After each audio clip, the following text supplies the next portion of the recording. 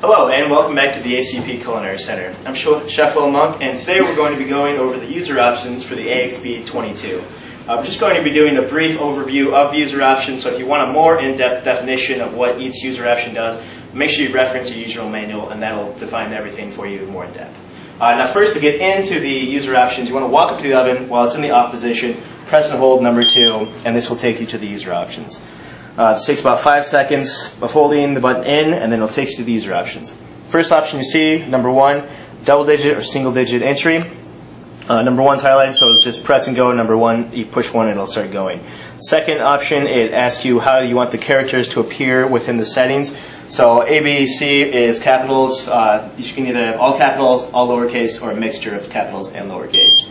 Next user option will be how the layout of the menu appears. It'll be 10 items, 100 items, or 360 items.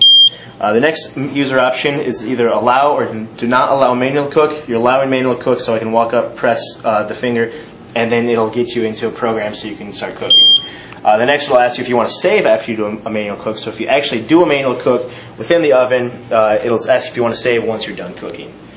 Next user option is whether or not you want to have a password locked. If you want to have a password locked, that means nobody can mess around and adjust settings in the oven. You can have it that way. Again, the check mark is yes, the X is no. So right now we have the X highlighted, so we don't have the password enabled.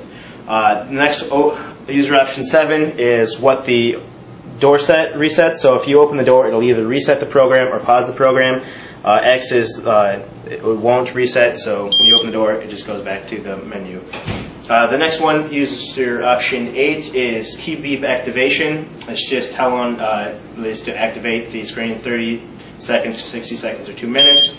The next is key beep. You can actually shut off the beep for the oven. So if you already have a lot of beeps in your kitchen, you don't need any extra ones. You shut the beep off on this oven, so when you touch a button, it won't make any sound. User option 10 is the key beep itself. So it'll actually show the volume. It'll be low, medium, high. Next option 11 will be the way that the key beep is displayed. It'll either be 1 beep, a burst of 3 beeps, or 1 solid continuous beep. User option 10, now this is the warn if the oven is up to temperature or not. You have the little warning sign with the temperature bulb inside. X, again, it won't show it. The check mark, yes, it will show if the oven's not up to temperature before you cook. User option 13 is just Fahrenheit and Celsius. You can put the oven in Celsius if that's what you're used to or not, your preference. 14 is the clean the filter. The filters on the side, it'll warn you if when you want to clean them or not. This can be completely shut off, or you could have it every 7 days, every 30 days, or every 90 days.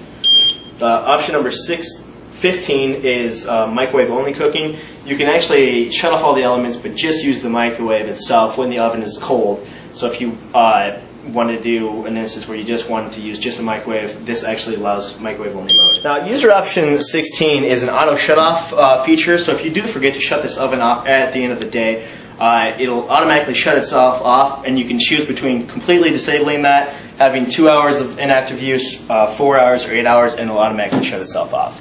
Now the next user option, option number 17, is loading the reloading the programs into the oven. So we've done away with the old card, and now we're using USB ports. So you can load everything onto the USB port from your computer, and you go up to the oven, put it in the bottom of the oven, and you pick how you want the display to be. So you can either load from the card to the oven, and that's what that's displaying, or you can go from the oven to the card. So if you like the savings on this oven, you want to bring it to a different oven, you load it onto the card, you go to that other oven, load that in there. Now to actually use this, you go up and you hit the book, and then you say, okay, I want to save from the card to the oven, hit the book, it'll say transferring, it'll transfer what's on the card into the oven, or if you want to go the other route, I want to go from the oven to the card, do it that way, hit the book, it'll transfer. Now once you're done transferring, go ahead and hit the green start, and that will save everything in the oven. Now just to get out of this, all you have to do is go up and hit the red stop, and now you're back to the oven in the off mode. So there you have it. There's a quick overview of the user options for the AXP22. I'm Chef Will Monk. Thanks for stopping by the Culinary Center.